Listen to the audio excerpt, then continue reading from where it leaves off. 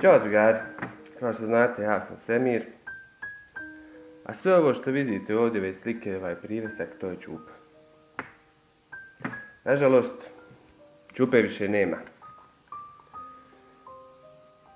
Zašto tek sad snimam ovaj video, zašto nisam snimio ranije, objašnjat ću vam u nastavku. Naime, 21. jula Čupa je otišao. Otišao je tamo gdje svi ljudi odu kada nisu više na ovom svijetu. Izuzetno mi je teško bilo da snimim video. Pokušao sam nekoliko puta, međutim izuzetno mi je bilo teško i već negdje na pola snimanja bi me savladale emocije. Vjerujte, ni sad mi nije lako ovo snimiti, ali jednostavno moram jer vi ste tu bili uz nas uvijek. Podržavali ste naše klipove, pisali ste pitanja, pisali ste pohvale, bilo je i kritika, ali jednostavno to je nešto što je sasvim normalno. Naime, kao što sam rekao, 21. jula Čupo je uginuo. Ja ću vas zamoliti da ostanete do kraja videa jer ovo je naš posljednji video koji ćemo snimiti. Znači, kao što sam rekao, ovo je naš posljednji video, poslije toga više nećemo snimati jer jednostavno nema smisla. Ja ću vas naravno opet zamoliti da ostanete do kraja videa ako želite i naravno da saznate šta se sve dešavalo. Naime, s ovom cijelom situacijom koja je zadesila cijeli svijet, u tom trenutku negdje je Čupa počeo da ima problema sa zubima. Tačnije sa kutnjacima. Već prije možda 2-3 godine je imao sličnih problema i on je to morao persat. Međutim, opet se javio taj isti problem. Kao što znate, kunići osim što imaju naprijed zube, imaju i sa strane zube i tačnije imaju kutnjake, koje je teško vidjeti golim okom.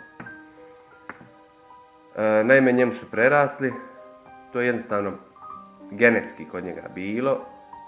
Pokušali smo sa hranom, sa što više sjena, sa grančicama to da ispravimo, međutim zaista je bilo teško. Međutim tad, u jeku te situacije koja se dešavala u svijetu, teško je bilo naći veterinara stomatologa. Bilo je prijedloga da idemo u Zagreb, u Srbiju, međutim teško je bilo preći granicu. Tako da, opet samim tim, brinuo sam se kako će on sve to podnijeti i da li će uopšte izdržati.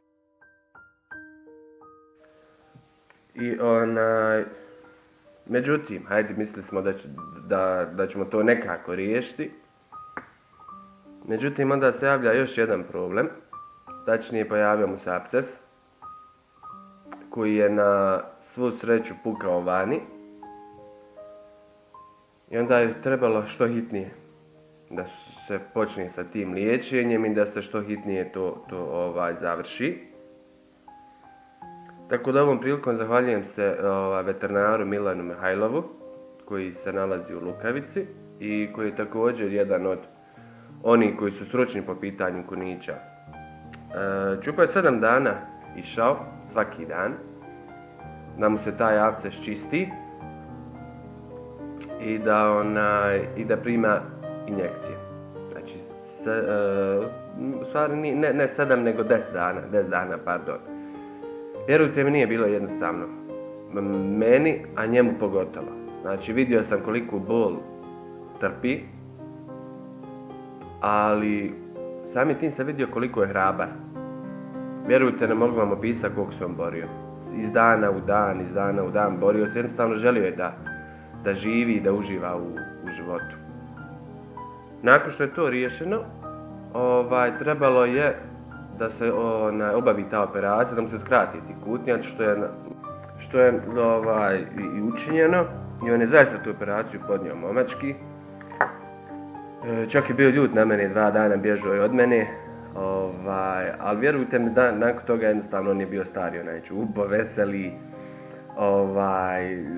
Redovno je jeo, redovno se igrao, trčkarao, sve je bilo super zaista. I znam da sam tad imao pripremljenih nekih klipova koje sam želio da vam snimim. Međutim, nisam želio da ga mučim. Jednostavno želio sam da što više vremena provedemo zajedno i da jednostavno da on uživa u životu, jednostavno. I kad prođe malo više vremena, kad on bude ponovo baš full onaj stariji, onda da vam ponovo snimamo videoklipove. I zaista sve je bilo super. Međutim, eto, 21. jula ja sam ujutro ustao da mu dam da jede otprilike oko 5:30, jer je to bilo neko redovno vrijeme kada je on dobijao doručak. I on je zaista bio super.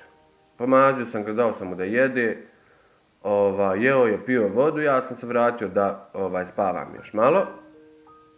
Međutim, kad se probudio, vidio sam da leži u kavezu.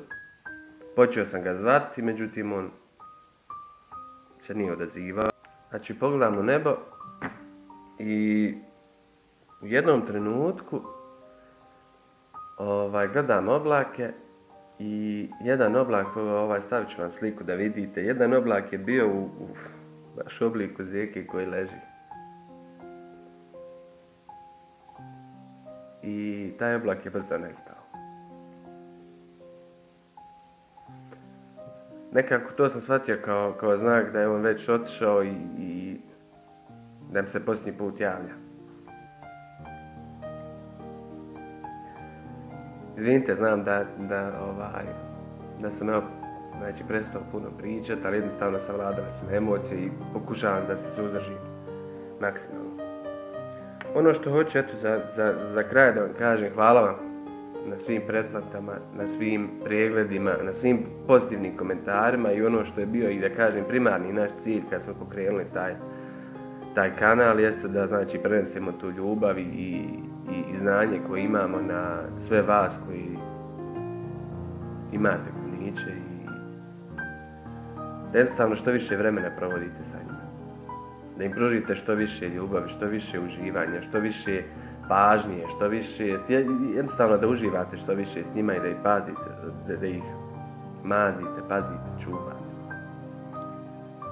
Također pozivam vas sve, znači bilo kakva pitanja da budete imali, postavite slobodno u komentarima, ja ću, vidite i da sam uvijek odgovarao i trudim se da vam odgovorim i eto za kraj ću vas pozvati da se, ukoliko imate Facebook nalog, da se prijavite u grupu Kunići i Glodavci kao kućni ljubimci, jer ja sam tu dosta naučio i tu sam i dalje. Vjerujte, ima puno članova, puno kunića i jednostavno svi će vam dati savjet, dobar savjet, biti vam od pomoći znači svo svoje znanje sam otprilike tu sticao i kroz razgovor sa mnogim stručnim veterinarima. Za kraj pušću vam par klipova i slika Čupe i to će biti naš posljednji pozdrav. Još jednom hvala vam za sve i čuvajte svoje kuniće. Veliki pozdrav.